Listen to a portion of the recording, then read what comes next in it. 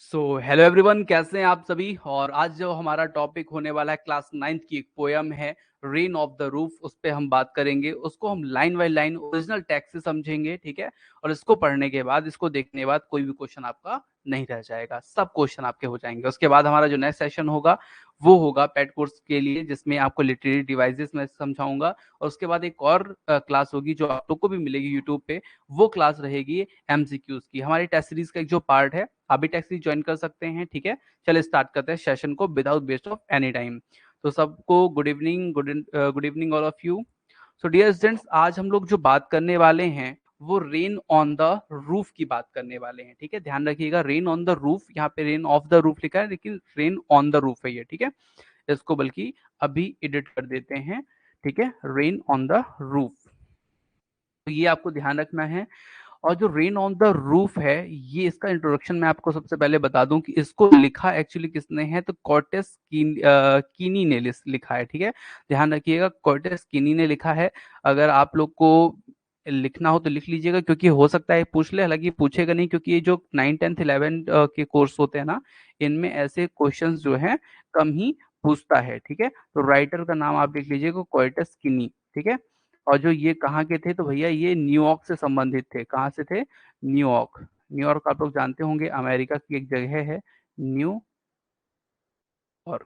ठीक है। तो न्यूयॉर्क के थे। क्या नाम था पूरा? क्वाइटस किनी, ठीक है। 9th क्लास की पोयम स्टार्ट करते हैं। सबसे पहले इंट्रोडक्शन में आप लोग को बता दूं, जो रेन ऑफ द रूफ जो पोयम है, इसमें आप लोग को हुआ क्या कि जो पोएट हमारे हैं वो लेटे हुए हैं, और लेटे हुए हैं तो उसी समय हो जाती है बारिश, और बारिश जो होती है तो वो गिरती है इनके जो जो छत होती है ना, रूफ, वहां पे गिरती है। और उसकी जो आवाज होती है ना, इनको बहुत सारी चीजें याद दिलाती है। इनकी मम्मी की मेमोरी याद दिलाती है ना, कि मम्मी मुझे उठाया नहीं करती थी, सोने दिया करती थी कि मेरा बेटा सो जाए, है ना। तो वो सब चीजें पोएट को जो है याद आती हैं। और वो जो आवाज है ना, वो उसके हृदय तक क्या होती है, गुंजायमान होती रहती है, गूंजती रहती है, इको होती रहती है, ठीक है। तो चलिए आगे चलते हैं, लाइन बाय लाइन देखते हैं पूरी पोयम को। सबसे पहले हमारा जो फर्स्ट स्टेंजा है वो ये रखा, ठीक है। तो पोयम का जो फर्स्ट स्टेंजा है, इसके बाद में आप लोग को यहाँ पे वर्ड मीनिंग भी लिखा है, वो भी आपको मैं बता दूंगा। सबसे पहले पोयम 1 का स्टेंजा देखिए आप। व्हेन द हेमिड सैडोल हॉवर, ठीक है। यहाँ पर जो ह्यूमिड है, ह्यूमिड मतलब होता है जिसमें पानी मिला हुआ हो या जिसमें नमी हो। शेडो मतलब होता है काले बादल, ठीक है। और हॉवर मतलब आए या हुए, ठीक है। तो जब बादल आसमान पर दिखते हैं पानी लिए हुए, ठीक है। तो यहाँ पे शेडो मतलब क्या है, बादल से मतलब है। ह्यूमिड मतलब पानी लिए हुए। होवर मतलब जब दिखते हैं, ठीक है। कहाँ दिखते हैं? Over all the starry sphere. Starry sphere मतलब जानते हैं क्या होता है? तारों का समूह। तो जब बादल जो है तारों के समूह के साथ क्या लिए दिखते हैं? बादल पानी लिए हुए दिखते हैं, जो एकदम घने काले नहीं होते, उसको देख के ऐसे लगता है जैसे पानी वर्षा होने ही वाली है। तो बस वही पोएट बोलते हैं, जब पोएट जो बादल हैं जब घना मतलब पानी लिए हुए होते हैं और दिखते हैं, कहाँ पे दिखते हैं भैया? आकाश में। अब स्टेरी स्पेयर मतलब होता है जो तारों का समूह है, तो वो कहाँ रहता है? आसमान में। तो आसमान में दिखते हैं। And the melancholy darkness gently weeps in rainy tears.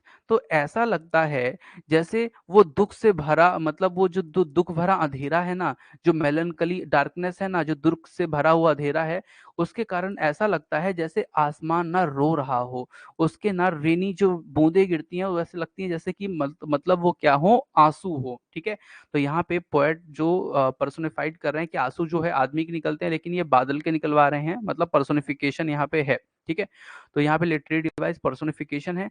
क्या क्या बोलते हैं कि जो ये गहरा काला जो अंधेरा है, दुख भरा जो अंधेरा है, वो जब गिरता है ना जेंटली, मतलब आराम से जो गिरता है ना, तो लगता है बादल जो है ना बीप रो रहा है, रेनी टीयर्स। और उसके जो बूंदे हैं वो कैसी हैं? टीयर्स हैं, उसकी आंसू हैं, ठीक है। ऐसा पोएट बोलता है। तो ये पूरे 4 लाइनों को मतलब है कि जब बादल घने एकदम काले होकर के पानी लेकर के चलते हैं, कहाँ पे चलते हैं? आसमान में चलते हैं, तारों के समूह के बीच में चलते हैं, ठीक है। तो वो दुख भरे अंधेरे में ऐसा लगता है जैसे कि वो रो रहे हों। उनके जो आंसू, जो पानी गिरता है ना, वो रेनी पानी जो होता है वो टीयर्स जैसे लगता है। ऐसा हमारे पोएट बोलते हैं। व्हाट अ ब्लिस, ठीक है, टू प्रेस द पिलो, ठीक है। और कितनी खुशी है, क्या ना, क्या किस चीज की खुशी है, क्या खुशी, क्या आनंद की बात है कि पोएट ना सो रहे हैं। प्रेस द पिलो मतलब जो पिलो होती है ना, जो तकिया होती है, तकिया पे अपन लोग बढ़िया लेटे हों, बढ़िया, और बढ़िया बरसात हो रही हो बाहर, टप टप टप टप टप, बढ़िया नींद आए, तो वो यहाँ पे पोएट ना उसको उस आनंद की, उस ब्लिस की बात कर रहे हैं, उस आनंद की बात कर रहे हैं।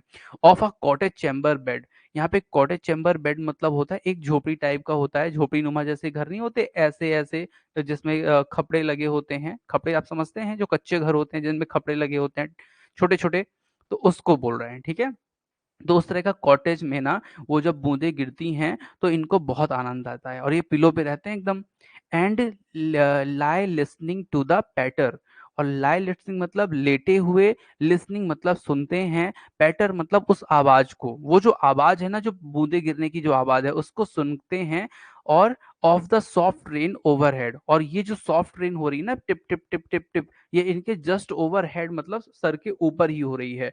और जो पैटर की आवाज है ना, ये इनको बहुत ज़्यादा आनंद देती है। तो यहाँ पे पोएट कहते हैं भैया कि जो मुझे आनंद कब आता है, जब मैं बेड पे लेटा हूँ, मुझे नींद आ रही हो बढ़िया, और उसी समय ना वो पानी की जो बूंदें हैं वो टप टप करके कहाँ पे गिरे, वो गिरे कॉटेज के जो टाइल्स होते हैं ना, जो मतलब छोटे छोटे खपड़े लगे होते हैं, आप उसको खप्पर भी कुछ लोग बोलते हैं, ठीक है, आप लोगों ने गाँव वगैरह में कच्चे घर में देखा होगा उस तरह का। तो उसके ऊपर जब वो गिरते हैं ना, तो टप टप की जो आवाज आती है वो मुझे ब्लिस करती है, मतलब मुझे आनंद देती है, मुझे आराम देती है, ठीक है। कुछ यहाँ पे ह्यूमिड जो आपको एक वर्ड मिला था, उसकी वर्ड मीनिंग जान लीजिए आप लोग। Something which is full of moisture, मतलब जो कुछ ऐसा जो बिल्कुल क्या हो, मॉइस्चर मतलब गीला हो, मतलब बादल में पानी होगा तभी तो वो बरसाते हैं। शेडो मतलब क्या है भैया, shadow refers to the moisture laden cloud which cast a shadow on the earth, ठीक है। तो यहाँ पे जो बादल के जो छाया है उसकी बात हो रही है, जो बादल दिख रहे हैं। यहाँ पे हॉवर मतलब होता है मूव अराउंड समथिंग, मतलब जो बादल घूम रहे हैं ना, उसकी बात हो रही है। मेलनकली मतलब होता है सैड, ठीक है, सैड का ही सिनोनिम्स है। ब्लिस मतलब होता है हैप्पीनेस। प्लेटर मतलब होता है the sound of rain drops falling on the roof, ठीक है। तो ये ध्यान रखिएगा, जो रूफ के ऊपर जो पानी गिर रहा है उसकी जो टिप टिप की आवाज आ रही है ना, वो पैटर है। कॉटेज क्या है भैया, cottage chamber means the bedroom, bedroom मतलब कॉटेज चैम्बर, ये क्वेश्चन पूछा जा सकता है, इंपॉर्टेंट है, पूछ ले कॉटेज चैम्बर मतलब क्या, तो भैया बेडरूम, ठीक है। चलिए आगे चलते हैं, ध्यान से समझिएगा, पूरे चैप्टर को अच्छे समझना है, ठीक है। नेक्स्ट हमारा जो दूसरा स्टेंजा है उस पे हम चलते हैं, ठीक है। ध्यान दीजिएगा, दूसरे स्टेंजा पे हम चलेंगे। लिखा है every tinkle on the shingles, ठीक है, has an echo in the heart and a thousand dreamy fancies into busy being start, ठीक है। तो यहाँ पे बोल रहे हैं every tinkle on the shingles, यहाँ पे टिंकल मतलब फिर से ये बूंद की आवाज की ही बात हो रही है, ठीक है। तो हर एक बूंद जब सिंगल्स, सिंगल्स मतलब क्या होता है, सिंगल्स वही वो जो खपड़े जो नहीं मैंने बताया, जो छत में लगे होते हैं, कच्चे घरों में लगे होते हैं, और जो ऐसे घर होते हैं, ऐसे एक इधर गया एक इधर गया, बीच में आपका वो लगा रहता है, लाइनिंग होती है, मतलब कुछ पेड़ लकड़ियों का वो लगा देते हैं, और उसके ऊपर जो है वो रख देते हैं, क्या रख देते हैं, सिंगल्स रख देते हैं, ठीक है। तो आप लोग को ध्यान रखना है कि every tinkle on the singles मतलब जो हर बूंद जो गिर रही है कहाँ पे, सिंगल्स पे, खपड़े पर, as an echo in the heart, तो वो ना जो बूंद की जो आवाज है ना, टिंकल जो है ना, वो मेरे हार्ट में गुंजायमान हो रही है, मेरे हार्ट में वो जो है उसकी गूंज जो है गूंज रही है। और उससे होगा क्या भैया, जब गूंजती है तो, and a thousand dreamy fancies into busy being start, ठीक है। तो उसके कारण ना मेरे हृदय में मेरे दिमाग में इतनी सारी चीजें एक साथ, थाउजेंड ऑफ ड्रीमी फैंसीज मतलब कई सारे सपने, कई सारी चीजें मुझे एक साथ याद आ जाती हैं। ये जो मेरा बिजी माइंड है ना, इसमें भी वो हजारों पता नहीं क्या क्या चीजें आ जाती हैं जल्दी जल्दी जल्दी, ठीक है। तो ये यहाँ पे पोएट हमारे बोलने की कोशिश कर रहे हैं, ठीक है।